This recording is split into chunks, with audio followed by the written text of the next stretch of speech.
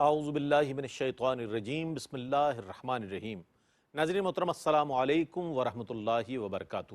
میں ہوں آپ کا میزبان محمد رئیس احمد۔ قرآن کریم کی تلاوت، ترجمہ اور تفسیر پر مشتمل یہ پروگرام پیغام قرآن آپ دیکھ رہے ہیں۔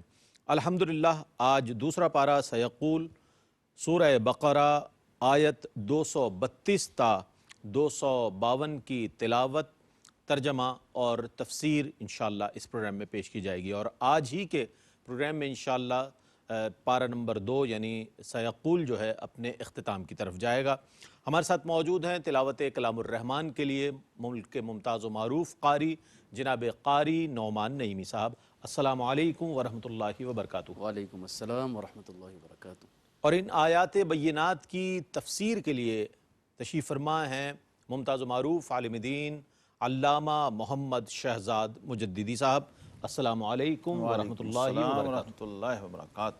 ناظرین آئیے قرآن کریم کی تلاوت، ترجمہ اور تفسیر سے اپنے ظاہر و باطن کو روشن کرتے ہیں۔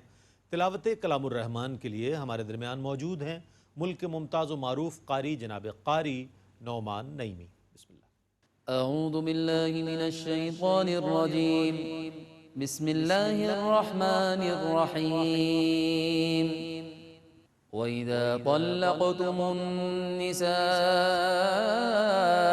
فَبَلَغْنَ أَجَلَهُنَّ فَلَا تَعْضُلُوهُنَّ أَن يَنكِحْنَ أَزْوَاجَهُنَّ إِذَا تَرَاضَوْا بَيْنَهُم بِالْمَعْرُوفِ ذَلِكَ يُوعَظُ بِهِ مَن كَانَ مِنكُمْ يُؤْمِنُ بِاللَّهِ وَالْيَوْمِ الْآخِرِ ذَلِكُمْ أَزْكَى لَكُمْ وَأَطْهَرُ وَاللَّهُ يَعْلَمُ وَأَنْتُمْ لَا تَعْلَمُونَ۔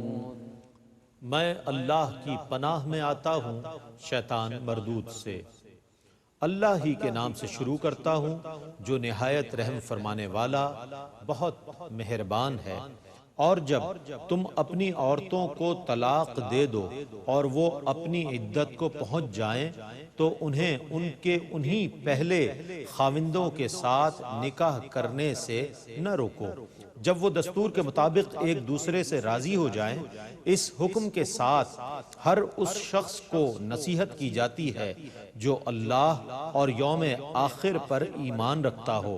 یہ حکم تمہارے لیے زیادہ ستھرا اور پاکیزہ ہے، اور اللہ ہی جانتا ہے اور تم نہیں جانتے۔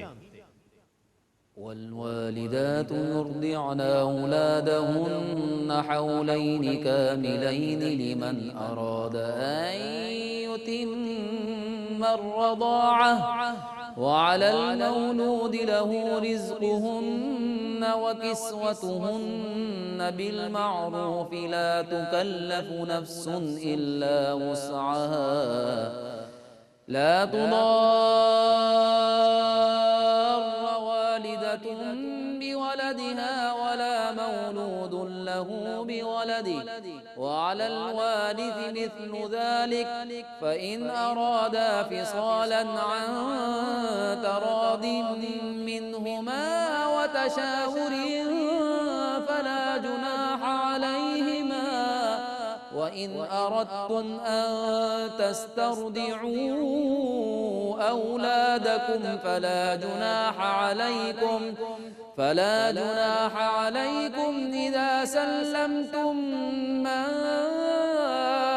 آتيتم بالمعروف واتقوا الله واعلموا أن الله بما تعملون بصير۔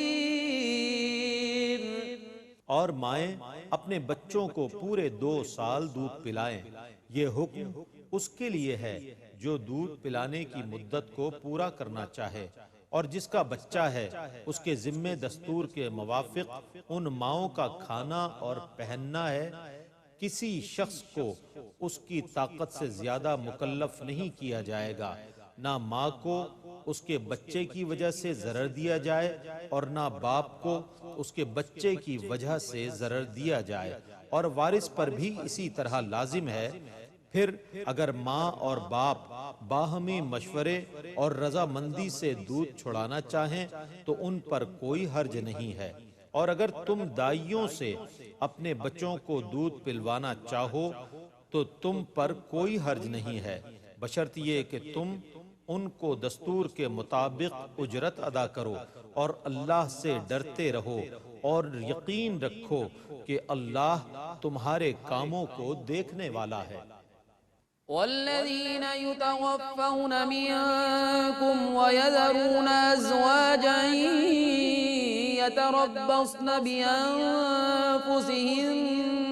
4 أشهر وعشرا فإذا بلغن أجلهن فلا جناح عليكم فيما فعلن في أنفسهن بالمعروف والله بما تعملون خبير۔ اور تم میں سے جو لوگ وفات پا جائیں اور اپنی بیویاں چھوڑ جائیں تو وہ عورتیں اپنے آپ کو عقد ثانی سے 4 ماہ 10 دن روکے رکھیں، اور جب وہ اپنی عدت پوری کر لیں تو وہ دستور کے موافق جو کام اپنے لیے کریں اس میں تم پر کوئی حرج نہیں ہے، اور تم جو کچھ کرتے ہو اللہ اس کی خوب خبر رکھنے والا ہے۔ ولا جناح عليكم فيما عرضتم به من خطبة النساء أو أكننتم في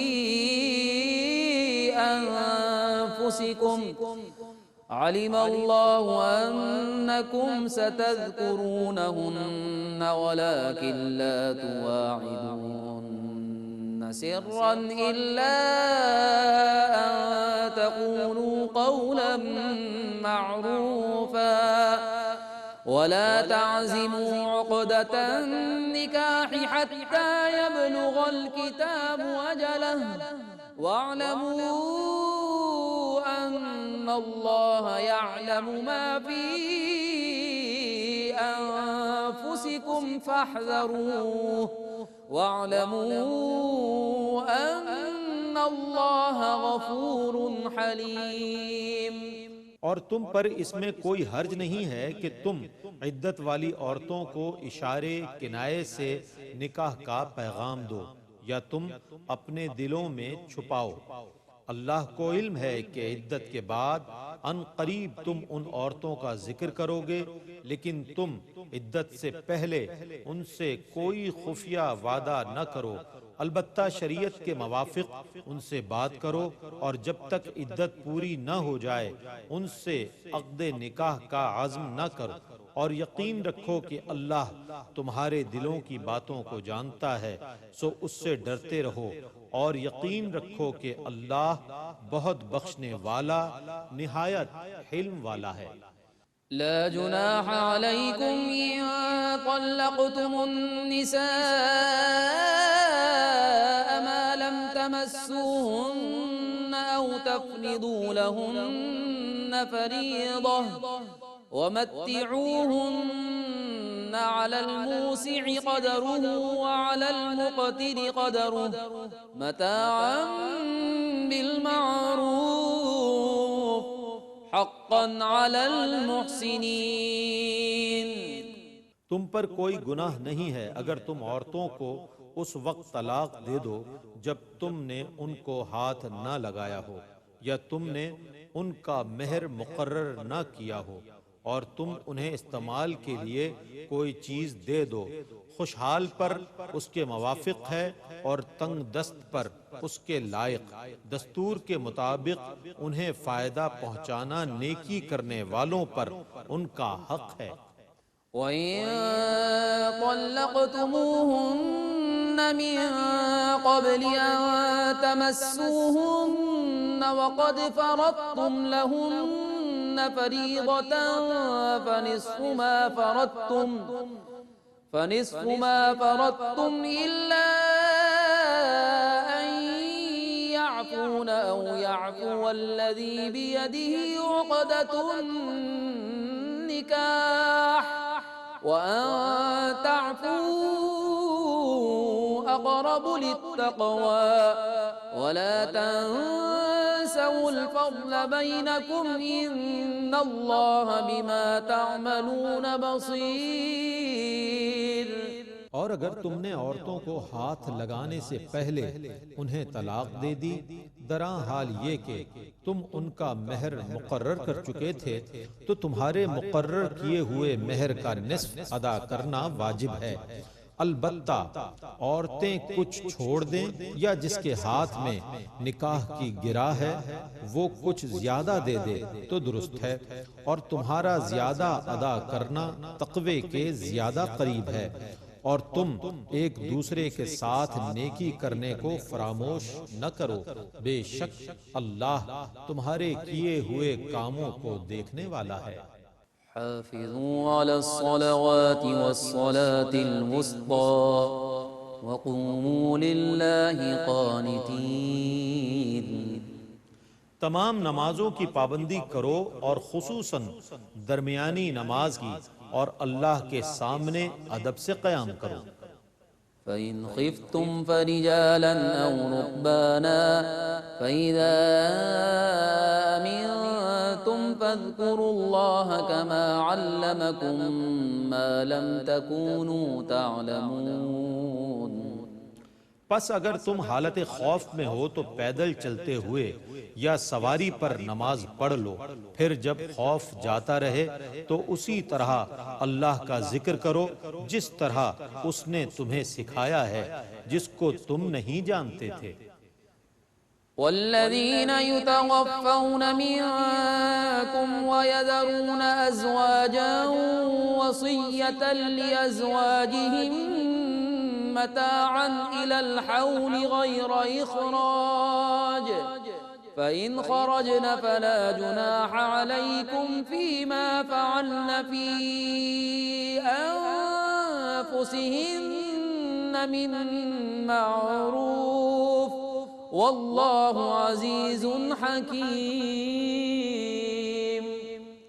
اور تم میں سے جو لوگ مر جائیں اور اپنی بیویاں چھوڑ جائیں، وہ اپنی بیویوں کے لیے وصیت کر جائیں کہ انہیں 1 سال تک خرچ دیا جائے اور گھر سے نکالا نہ جائے، پھر اگر وہ خود نکل جائیں تو تم پر ان کے اس کام کا کوئی گناہ نہیں ہے جو انہوں نے دستور کے مطابق کیا ہے، اور اللہ بہت غالب بڑی حکمت والا ہے۔ وَلِلْمُطَلَّقَاتِ مَتَاعٌ بِالْمَعْرُوفِ حَقًّا عَلَى الْمُتَّقِينَ۔ اور مطلقہ عورتوں کے لیے دستور کے مطابق متاع ہے جو اللہ سے ڈرنے والوں پر واجب ہے۔ كَذَلِكَ يُبَيِّنُ اللَّهُ لَكُمْ آيَاتِهِ لَعَلَّكُمْ تَعْقِلُونَ۔ اسی طرح اللہ تمہارے لیے اپنی آیات کو بیان فرماتا ہے تاکہ تم سمجھو۔ أَلَمْ تَرَ إِلَى الَّذِينَ خَرَجُوا مِن دِيَارِهِمْ وَهُمْ أُلُوفٌ حَذَرَ الْمَوْتِ فَقَالَ لَهُمُ اللَّهُ مُوتُوا ثُمَّ أَحْيَاهُمْ إِنَّ اللَّهَ لَذُو فَضْلٍ عَلَى النَّاسِ وَلَكِنَّ أَكْثَرَ النَّاسِ لَا يَشْكُرُونَ۔ کیا آپ نے ان لوگوں کو نہیں دیکھا جو ہزاروں کی تعداد میں موت کے خوف سے اپنے گھروں سے نکلے، سو اللہ نے ان سے فرمایا مر جاؤ، پھر اللہ نے ان کو زندہ کر دیا، بے شک اللہ لوگوں پر فضل کرنے والا ہے، لیکن اکثر لوگ شکر ادا نہیں کرتے۔ وَقَاتِلُوا فِي سَبِيلِ اللَّهِ وَاعْلَمُوا أَنَّ اللَّهَ سَمِيعٌ عَلِيمٌ۔ اور اے مسلمانوں، تم اللہ کی راہ میں جہاد کرو اور یقین رکھو کہ اللہ بہت سننے والا، بہت جاننے والا ہے۔ من ذا الذي يقرض الله قرضا حسنا فيضاعفه له أضعافا كثيرة والله يقبض ويبسط وإليه ترجعون۔ وہ کون ہے جو اللہ کو قرض حسن دے تو اللہ اس کو بڑھا کر اس کے لیے کئی گنا کر دے، اور اللہ ہی تنگی اور کشادگی فرماتا ہے، اور اسی کی طرف تم سب لوٹائے جاؤ گے۔ ألم تر إلى الملأ من بني إسرائيل من بعد موسى إذ قالوا لنبي له ابعث لنا ملكا نقاتل في سبيل الله قال هل عسيتم إن كتب عليكم القتال ألا تقاتلوا قالوا وما لنا ألا نقاتل في سبيل الله وقد أخرجنا من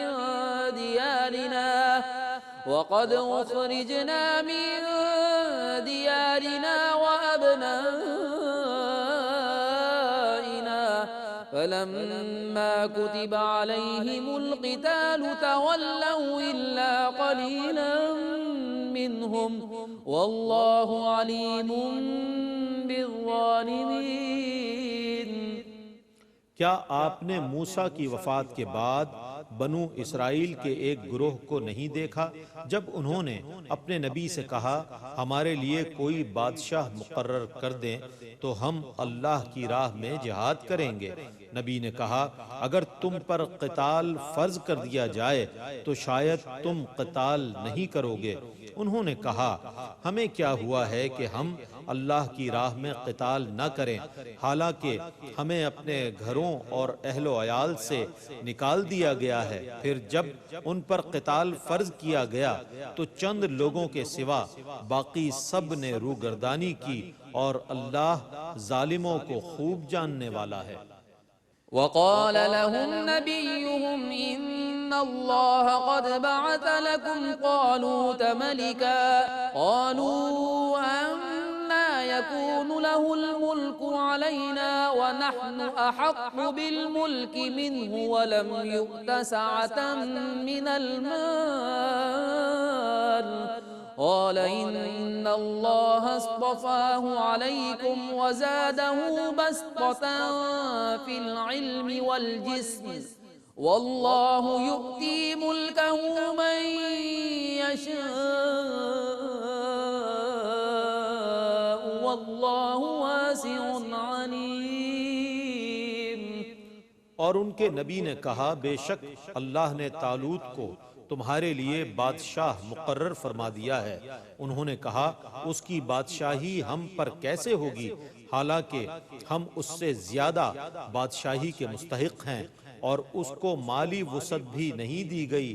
ان کے نبی نے کہا بے شک اللہ نے اس کو تمہارے لیے منتخب فرما لیا ہے، اور اس کو علم اور جسم میں زیادہ کشادگی عطا فرمائی ہے، اور اللہ جسے چاہے اپنا ملک عطا فرماتا ہے، اور اللہ بڑی وسعت والا بہت علم والا ہے۔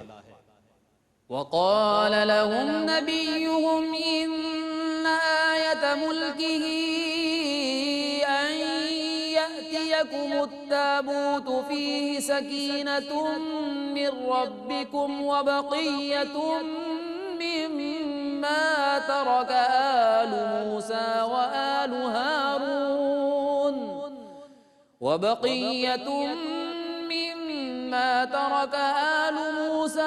وآل هارون تحمله الملائكة إن في ذلك لآية لكم إن كنتم مؤمنين۔ اور ان کے نبی نے ان سے کہا بے شک اس بادشاہ کی سلطنت کی علامت یہ ہے کہ تمہارے پاس ایک تابوت آئے گا جس میں تمہارے رب کی طرف سے سکینہ سکون آور چیز ہے، اور آل موسیٰ اور آل ہارون کی چھوڑی ہوئی باقی ماندہ کچھ چیزیں ہیں۔ اس تابوت کو فرشتے اٹھائے ہوئے ہوں گے۔ اگر تم مومن ہو تو بے شک اس میں ضرور تمہارے لیے ایک عظیم نشانی ہے۔ فلما فصل طالوت بالجنود قال إن الله مبتليكم بنهر فمن شرب منه فليس مني ومن لم يطعمه فإنه مني إلا من اغترف غرفة بيده فشربوا منه إلا قليلا منهم فلما جاوزه هو والذين آمنوا معه قالوا لا طاقة لنا اليوم بجالوت وجنوده قال الذين يظنون أنهم ملاقو الله كم من فئة قليلة غلبت فئة كثيرة بإذن الله والله مع الصابرين۔ پھر جب طالوت اپنے لشکروں کو لے کر روانہ ہوا تو اس نے اہل لشکر سے کہا بے شک اللہ تمہیں ایک دریا کے ذریعے آزمائش میں مبتلا کرے گا، سو جس نے اس سے پانی پی لیا وہ میرے طریقے پر نہیں ہوگا، اور جس نے اس دریا سے صرف ایک آدھ چلو کے علاوہ نہیں پیا وہ میرے طریقے پر ہوگا۔ تو چند لوگوں کے سوا سب نے اس سے خوب پانی پیا۔ پھر جب طالوت اور اس کے ساتھ ایمان والے اس دریا سے گزر گئے تو پانی پینے والوں نے کہا آج جالوت اور اس کے لشکریوں سے لڑنے کی ہم میں طاقت نہیں ہے۔ جن لوگوں کو یہ یقین تھا کہ وہ اللہ سے ملاقات کرنے والے ہیں انہوں نے فرمایا بہت دفعہ اللہ کے حکم سے قلیل جماعتیں کثیر جماعتوں پر غالب آ جاتی ہیں، اور اللہ مدد کرنے کے لیے صبر کرنے والوں کے ساتھ ہے۔ ولما برزوا لجالوت وجنوده قالوا ربنا أفرغ علينا صبرا وثبت أقدامنا وانصرنا على القوم الكافرين۔ اور جب وہ جالوت اور اس کے لشکریوں کے سامنے صف آرا ہوئے تو انہوں نے دعا کی اے ہمارے رب ہم پر صبر انڈیل دے اور ہم کو ثابت قدم رکھ اور کافروں کی قوم کے خلاف ہماری مدد فرما۔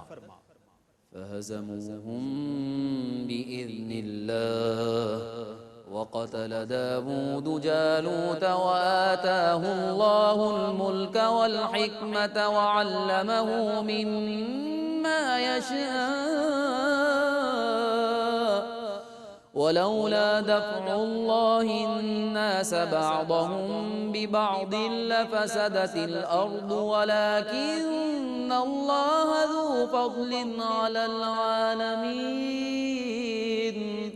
سو اللہ کے حکم سے انہوں نے ان کافروں کو شکست دے دی اور داؤد نے جالوت کو قتل کر دیا، اور اللہ نے انہیں سلطنت اور حکمت عطا فرمائی اور جن چیزوں کا چاہا انہیں علم عطا فرمایا، اور اگر اللہ بعض لوگوں کے شر کو بعض نیک لوگوں کے سبب سے دور نہ فرماتا تو ضرور زمین تباہ ہو جاتی، لیکن اللہ تمام جہانوں پر فضل فرمانے والا ہے۔ تلك آیات اللہ نتلوها علیک بالحق وإنک لمن المرسلین۔ یہ اللہ کی آیات ہیں جنہیں ہم حق کے ساتھ آپ پر تلاوت فرماتے ہیں، اور بے شک آپ ضرور رسولوں میں سے ہیں۔ ناظرین ماشاءاللہ جن آیات مبارکہ کی تلاوت پیش کی گئی اور ترجمہ پیش کیا گیا، انہی آیات مبارکہ کی تفسیر کے لیے میں ملتمس ہوں علامہ محمد شہزاد مجددی صاحب سے کہ ان آیات بینات کی تفسیر فرمائیں۔ بسم اللہ۔ بسم اللہ الرحمن الرحیم، الحمدللہ رب العالمین والصلاة والسلام علی اشرف الانبیاء والمرسلین وعلی آلہ وصحبہ اجمعین۔ ناظرین مکرم، قرآن پاک کا تفسیری خلاصہ پیش کرتے ہوئے آج ہم دوسرے پارہ کا آخری جو حصہ ہے اس کا چوتھا ربع، چوتھائی آخری حصہ، اس پر ہم گفتگو کریں گے۔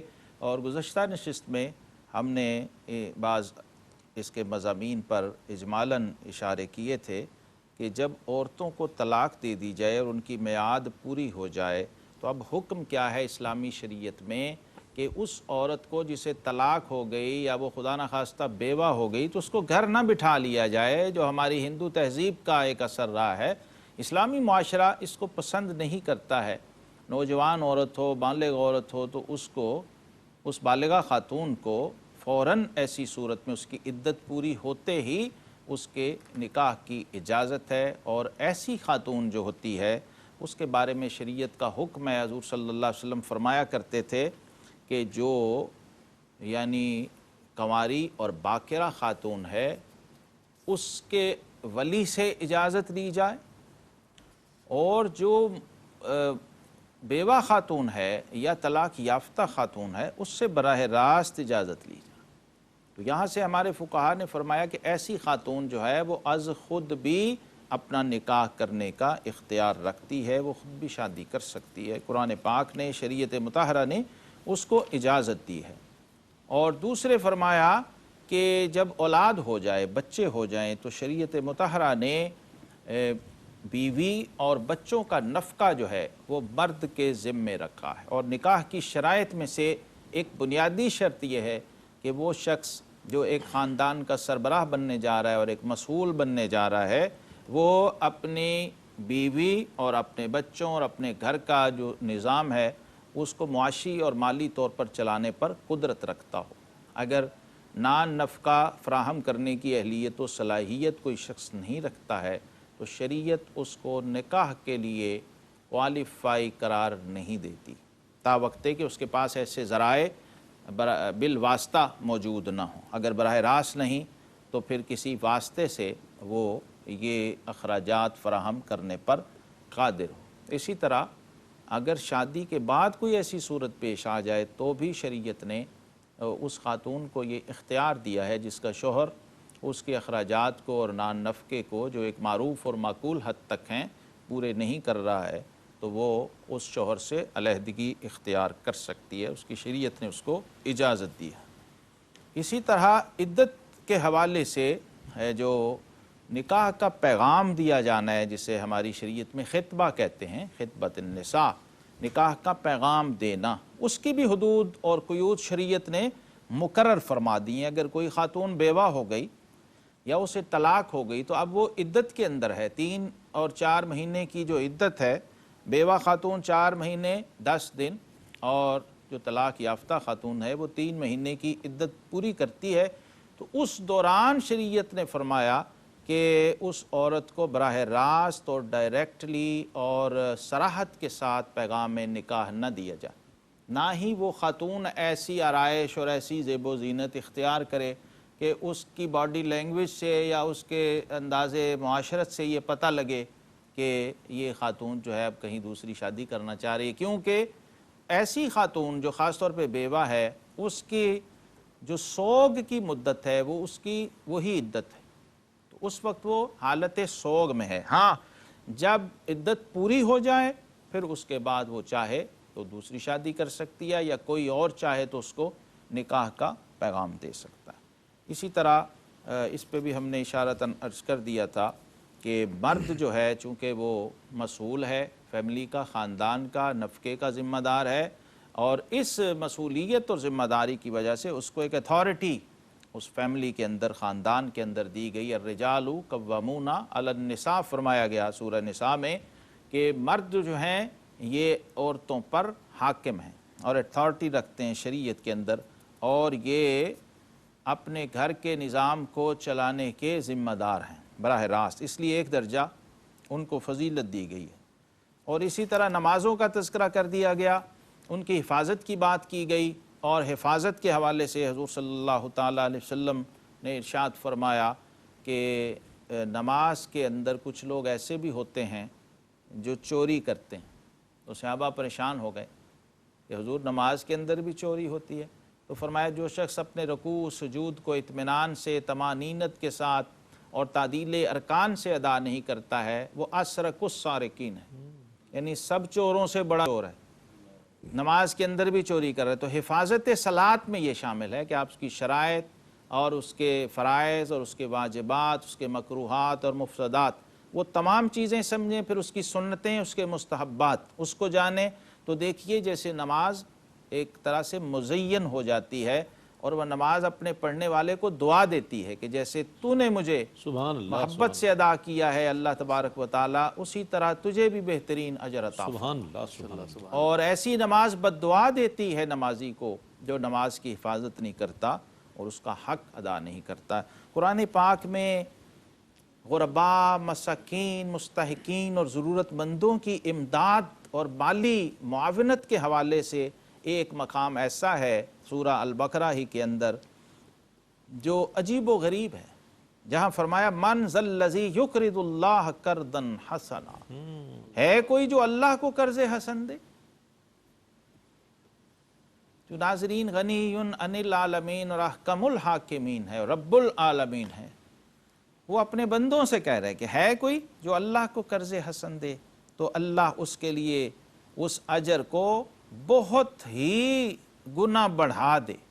اور فرمایا اللہ تنگی اور کشائش یعنی بست دونوں پر قدرت رکھتا ہے، سبحان اللہ. اور تمہیں اسی کی طرف پھر کر جانا ہے. یہاں پر متوجہ کیا جا رہا ہے ہمیں، اور اس حدیث کو ذہن میں تازہ کریے. یہ فرمایا الخلق عیال اللہ، مخلوق اللہ کا کنبہ ہے، اور احبہم الی اللہ من انفعہم لعیالہ. فرمایا اللہ کے نزدیک محبوب ترین وہ ہے جو اس کے عیال کے لیے زیادہ مفید اور نافع اور زیادہ نفع بخش ہے. گویا یہ ضرورت مندوں کے لیے اللہ رب العزت نے اہل مال کو، اہل وسعت کو یہ ایک طرح سے ترغیب دلائی گئی ہے کہ ہے کوئی جو اللہ کے لیے اللہ کے بندے کو دے. تو فرمایا وہ ایسے ہے جیسے وہ اللہ کو قرض حسن دے رہا. کیا بات، کیا بات.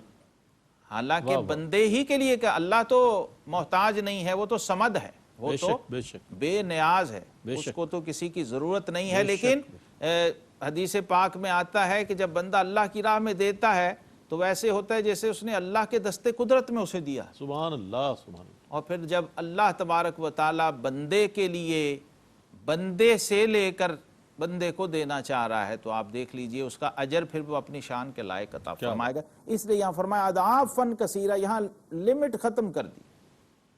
یہ نہیں کہا اتنے % ملے گا، 100 ملے گا، 70 ملے گا، 700 ملے گا، 1000. Unlimited. فرمایا ان لمیٹڈ ہوگا، اضعافا کثیرہ، اس بندے کے وہم و گمان سے بڑھ کر. پھر آگے آخری حصہ جو ہے دوسرے پارہ کا، اس میں ذکر ہے ایک بادشاہ کا، حضرت داؤد علیہ السلام کا ذکر ہے، اور طالوت اور جالوت ان کا ذکر کیا گیا ہے. اور اس میں ایک ایسی شخصیت ہے جس کو اللہ نے پسند کیا. وہ پیغمبر نہیں لیکن اس کے اوصاف ایسے پسندیدہ تھے کہ اللہ تبارک و تعالیٰ نے فرمایا بے شک اللہ نے طالوت کو تمہارا بادشاہ بنا کر بھیجا ہے. تو اب قوم اعتراض کر رہی تھی کہ یہ غریب مسکین فقیر آدمی ہمارا حاکم کیسے ہو سکتا ہے؟ ہمارا حاکم تو بڑا کوئی لینڈ لارڈ ہونا چاہیے، کوئی قارون اور حامان کے خزانوں والا ہونا چاہیے. تو رب کائنات نے حاکم وقت کی جو کوالیفیکیشن ہے اور جو میرٹ ہے وہ یہاں پر بیان کر دیا. فرمایا کہ اللہ تبارک و تعالیٰ نے تمہارے لیے اس شخص کو چنا ہے وَزَادَهُ بَسْطَةً فِي الْعِلْمِ وَالْجِسْمِ، جو جسمانی قوت میں بھی تم سے بہتر ہے، علم میں بھی تم سے بہتر ہے، اور حلم میں بھی تم میں بہتر ہے. واہ واہ. یہ نشانیاں ہیں. جس کے پاس علم ہو، جس کے پاس یعنی جسم سے مراد مینجمنٹ کی انتظامی صلاحیتیں بہترین رکھتا ہو، اور علمی اور ذہانت کے اعتبار سے وہ تم میں اعلیٰ درجہ رکھتا ہو. پھر فرمایا وَاللَّهُ يُؤْتِي مُلْكَهُ مَن يَشَاءُ، اللہ جسے چاہتا ہے اسے اپنا ملک عطا کرتا ہے. تو یاد رکھیے ملک اصل میں اللہ کا ہے، حاکمیت اعلیٰ صرف اور صرف اللہ تعالیٰ کے لیے. دنیا میں جسے اقتدار ملتا ہے وہ امین بنایا جاتا ہے، اسے امانت سونپی جاتی ہے اور پھر وہ مسئول ہے. کلکم رائن وکلکم مسئول عن رعیتہ. کسی بھی درجے اور کسی بھی لیول پر جب کسی ادارے کا، کسی گھر کا، کسی نظام کا آپ کو سربراہ بنایا جاتا ہے تو آپ مسئول ہیں، آپ اس کے جواب دینے کے پابند ہیں. اس لیے اس کے لیے ہر شخص کو تیار رہنا ہے. جب امیر المومنین سیدنا فاروق اعظم رضی اللہ عنہ جیسی ہستی وہ اپنے آپ کو مستثنا قرار نہیں دے رہے ہیں، تو پھر اور کون ہے جو استثناء مانگے؟ کسی کے پاس استثناء نہیں ہے، ہر ایک شخص جواب دہ ہے۔